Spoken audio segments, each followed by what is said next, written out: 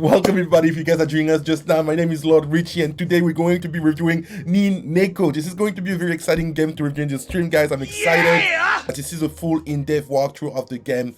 Let's go.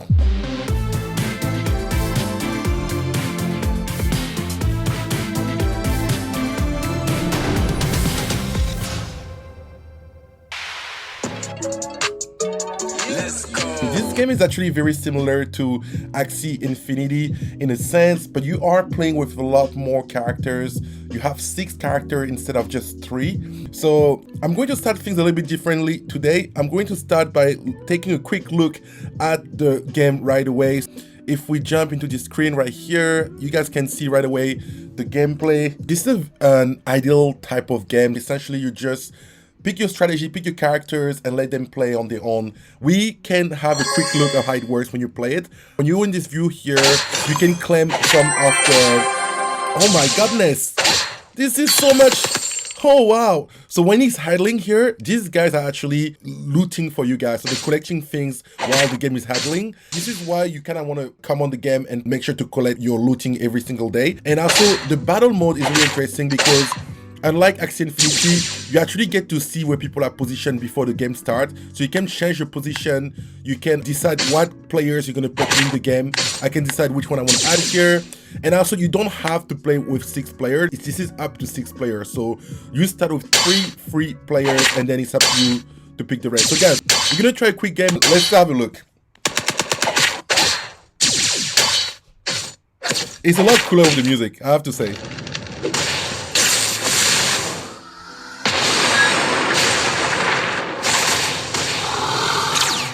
And as you can see here, I speed up the game. You can speed up the game. Right now it's at 1x, but I put it at 2x so that it just goes a little bit faster. We're gonna lose this round. We're gonna lose this round. Oh man! We're gonna lose this one. Oh, they're actually gonna finish us here. They're going to finish us. Yeah, they are winning this round. And we lost. Oh no. Oh guys, but let's just give you a look at kind of like how this gameplay kind of works. I usually start the stream by reviewing the game right away, but I wanted to get into the gameplay first so that you guys get a sense of what we're going to be discussing and talking about in today's video. If I head back over here, you guys can see my little main screen. There's different challenges that I have to complete. As you can see here, I'm at 27 out of 28. I have to space the stage 3 to 8 in adventure mode in order to collect 15,000 fish. I can use those fish in order to update my player and update their rank, but I've already reached max level here with the fish, so I need those big fish in order to make them move to the next level. You can also have different outfits that you can add to your players. You can auto-equip them automatically. After you win every single adventure mode, you get a couple of items that you can add to your list. You have Awaken mode that doesn't work with normal Ninneko. You also have your bag where you have all the items that you've collected. You want to collect those fish in order to update their level, experience level, and you want to collect these ones in order to upgrade the experience as well. Every time you play, you're getting experience that get accumulated over here. Guys, this is just a quick overview of the game. As you can see, you also have the lucky spin, but you need some mata coin in order to use that. I don't have any. The only way you can actually start earning in this game is by having a paid NFT, and you can get a paid NFT in the marketplace. We're going to see all of that in a little bit, but in the meantime, I want to head over back to the browser so that I can walk you guys through some of the key aspects of this game. You can see that they've already accumulated 106,000 followers on Twitter, which is great. That shows how much people are actually looking into this game, and their Discord has about 53,000 members, 4,000 active. And we're going to review some of the details of this game one by one. I'm going to start today with the tokenomics. So in this game, you have the Matatabi token, Mata. It is on the Binance Smart Chain, BEP20 token, which is used as a currency in Ninneko game. Mata is an uncapped utility token generated by game system. Its supply grows as more players join the game.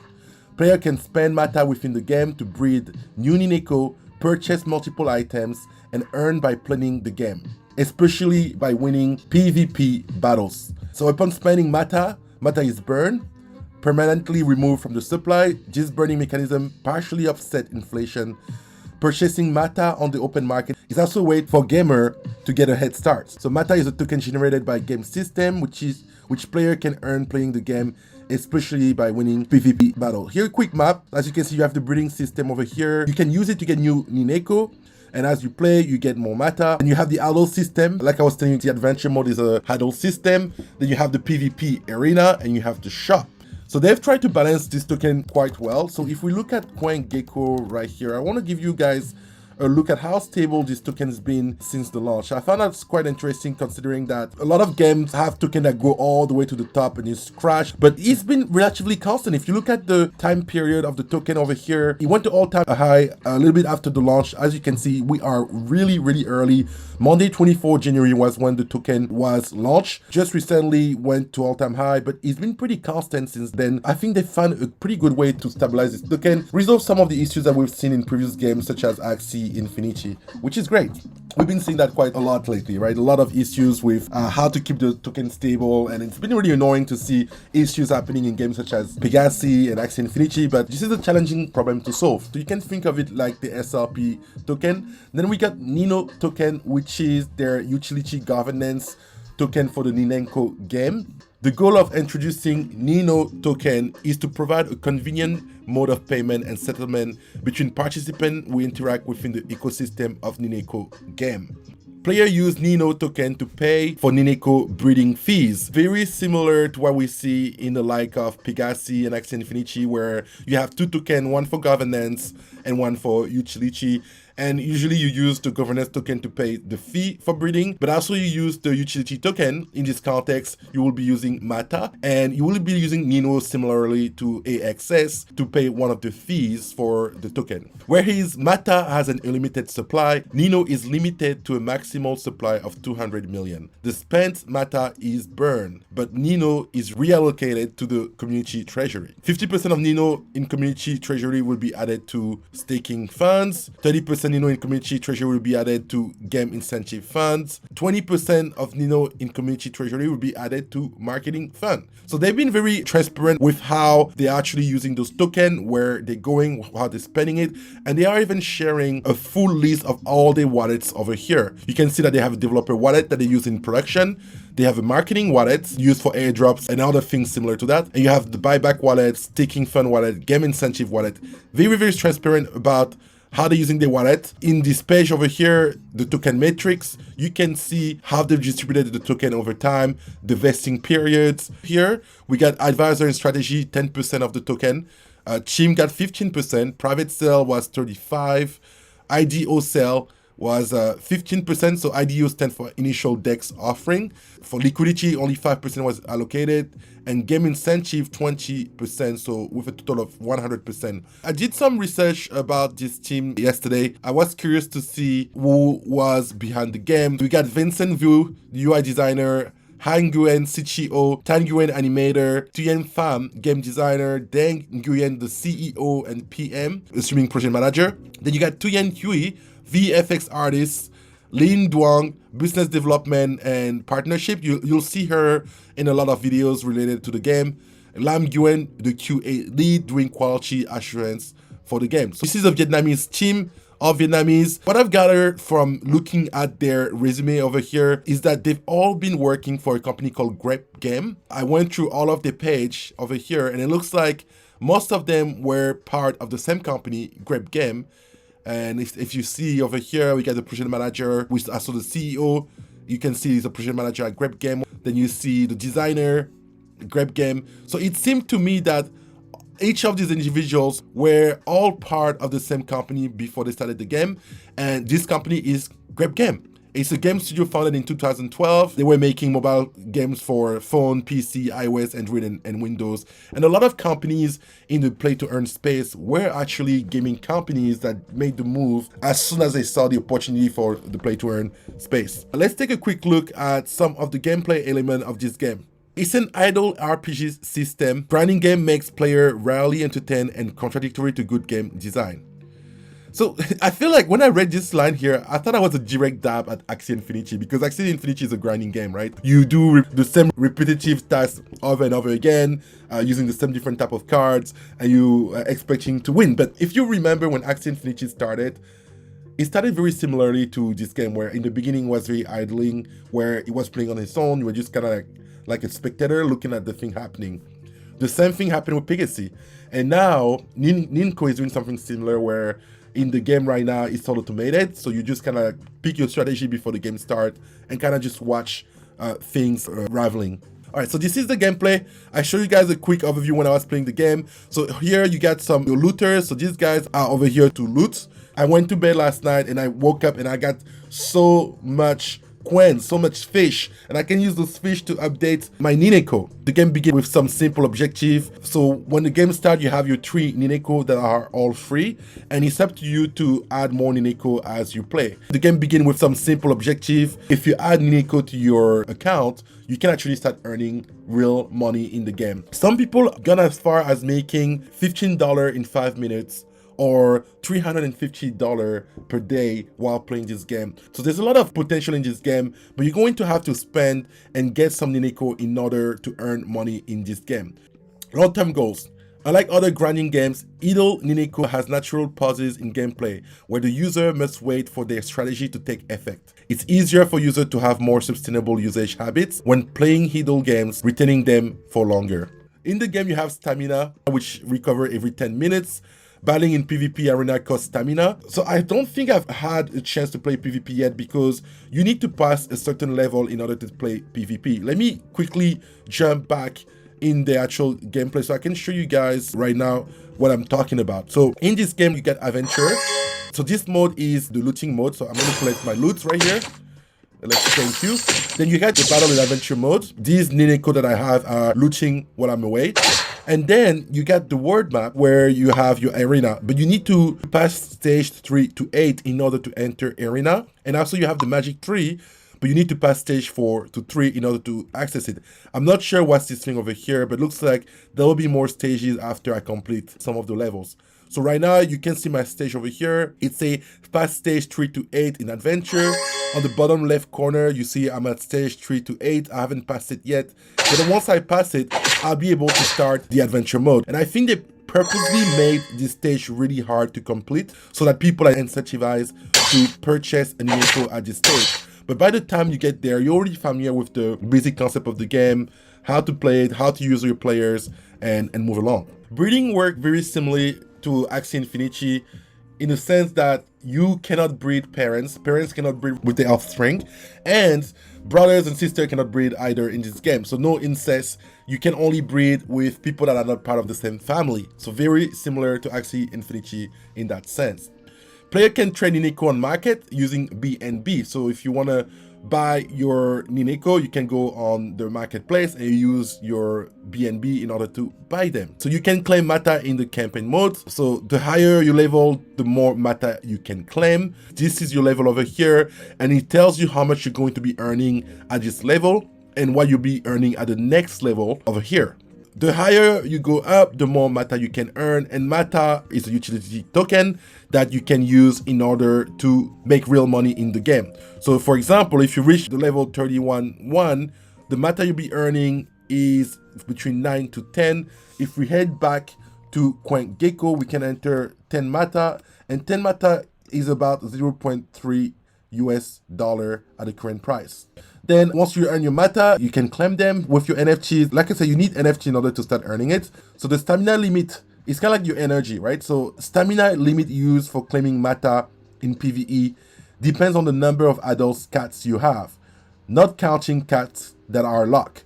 The energy limit is calculated only once at midnight every day, UTC +7. So based on how many Ninneko you have, your stamina is going to change. So one Ninneko only gives you 360, while 7 Ninneko will give you 2,500 stamina. Very similar to the energy system like Infinity. So the more Ninneko you have, the more stamina you get. The system will determine the cats faction to be rewarded when claiming mata. Use cats with the same bonus faction to receive more mata. We're going to talk about some of those factions. If you remember in Axie Infinity, we had the rock, paper, scissors. So this game has its own rock, paper, scissors that kind of work very similar to that. For example, as you can see here, based on what faction you have, it increased advantages. Yin Yang is one of the factions that is not listed here. Yin Yang is not affected by faction advantages or disadvantages. So these are the factions that one of your Ninneko would belong to. And then you also have the effects. So you have increased percentage of armor, armor break, attack, block, control, immune, critical damage. And you have the positive and the negative effects. If you're adding two characters from the same faction, then you're getting some benefits. Let me see if I can show you guys in live gameplay mode. Let me collect my loot. Never missing collecting my loot here. Alright, so if I click over here, you can see that having 3 Ninneko in the game from an identical faction give you some HP and attack advantages. Having 4 Ninneko from an identical faction give you 15% HP and 15% attack. 4 Ninneko from an identical faction and other 2 Ninneko from an identical faction give you even more advantages. So having multiple Ninneko from the same faction give you advantages, but you have to keep in mind that doing that might put you in disadvantage based on the team that you're currently facing. Unlike Axie Infinity, before the game starts, I can review my strategy. I can see from what faction they belong to, what's their attack, sword, burn, green, there's different type of abilities, and see what kind of damage I'm going to be incurring while playing the game. And I can also move my player around based on who they're going to be facing. So for example, this guy's going to be facing this guy over here. So I could play around and figure out what's the best position for me in order to fight them. And we can do a quick look right now of what's going to happen if I play them this way. Let's go.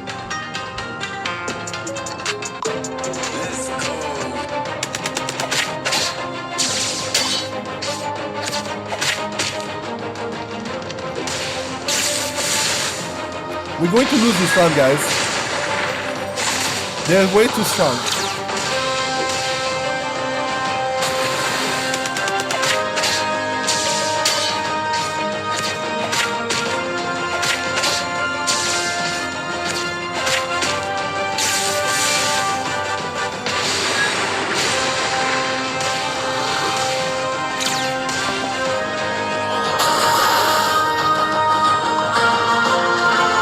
As you see. Alright.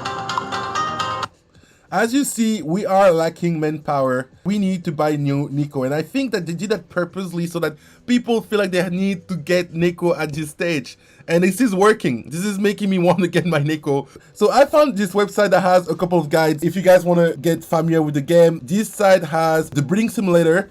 And it has a market watcher if you're looking for the best Ninneko to get. It's a tool for finding the one that you want to purchase on the marketplace. It's walking us to the Ninneko, the different faction that I mentioned. As you can see, we have Fogo, Agua, Rayo, Vento, Terra, and Yin Yang. Then you get the adventure modes. Each Ninneko will cost you about $400 at current price. You are looking at spending close to $1,200 in order to get a full team, which is quite expensive. And also, I'm just talking about the floor price right now because just like Axie Infinity, you don't want to start playing with the floor Axie.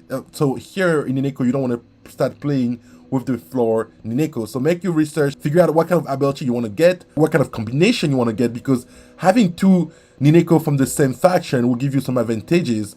And based on what type of Ninneko you could get some advantages in arena modes. The marketplace look very, very similar to what you guys are used to see in typical play to earn marketplaces. You get your faction in one side, you get the classes, you got mage, warrior, support, ranger, assassin that you can choose from. Here's the homepage of your Ninneko where you get its level, the chair, the fish level. You can use either the green arrow or the blue arrow in order to upgrade them all the way to the top.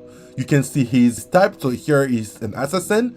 The different abilities that he has is HP, shield, attack, and speed. Just like in the early days in Axie Infinity, the speed determines which Ninneko is going to play first. Then you also have the equipment page, and equipment will make a difference in this game. Those are attributes that will either allow you to play faster, have a stronger attack. Then you also have the equipment page, and equipment will make a difference in this game. Those are attributes that will either allow you to play faster, have a stronger attack, or other things of the sort. So the item slots are artifacts, boots, amulet, weapon, helmet, and vest. So buying this item could give you some advantages in the game and increasing some of your stats. Then you get the Ninneko Awakening. I don't currently have Ninneko that can get awakened, but as you can see, it shows you how many purple fish you need in order to awaken your Ninneko. And the max level, the Ninneko, when it reaches level 140, is able to wake up and get a purple star. For that, it is necessary to spend little purple fish to perform the upgrade. It's a way to make your Ninneko much stronger at maximum level. This is a very cool aspect of this game, that you can actually level up your characters and make them better over time based on the artifact that you get and what you feed them, purple fish or green fish, in order to increase their level. There's also special effects. You guys saw it when I was playing the game. So special effects appear in the game, which end up creating weaknesses or advantages in our Ninneko. Here are some of the effects that you will see. You have stun, where they cannot do anything. Silence, where they cannot use any active skills. Petrified, where they can't do anything. Frozen, they also can't do anything. Burning, loses life over time, kind of like poison. Then you get bleeding, loses life over time as well. Poison, you get critical mark, gain extra damages. Healing, fear, unarmed, protected. So a lot of buff in this game, but very, very similar to Axie Infinity. So if you guys play this game, you're going to be right at home. And I believe that in the next stage of their roadmap, they're going to release Guild War. It's not clear yet how this is going to work, but my guess is they're going to be introducing scholarship mechanism. This is something I'm really excited to see how it's going to play out. So skills are very important during the battle, as they are decisive for the outcome. So studying each one of them is very important. To know what each one does and deal with the best possible strategy, thus increasing your chances of winning. As you see, guys, here are a lot of different skills here, just similarly to the skills that you have in Axie Infinity. A lot of different abilities that you can get familiar with. So below is the complete list of equipment in the game. I think that can be a cool strategy if you want to utilize the shop in order to find what specific equipment to get. You get some equipment set to 2 yellow star, 5% HP, 7% attack, 4% HP, and so on. So there's a lot of equipment here that you can get your hands on. Artifacts are very important in the Ninneko universe, as they can add very strong attribute to your cat. Some of them being able to activate passive spells that he will never activate without these bonuses. Having the knowledge of this mechanic is also important to become an expert in the game. Time for us to take a look at the marketplace of this game. I'm going to walk you guys quickly through it. They have a breeding number on the top left. You have newborns and you have adults. Newborns cost just a little bit less than adults. I believe maybe it's because of their levels. I'm not 100% sure. Then you get your wild cat tributes, because in this game they say cat tribute instead of attribute because they're cat. Get it? Then you get the breed level, where you can look for 0 breed. You get their faction on the top right over here, and you get the class. It's the mage, warrior, and so on. The roadmap.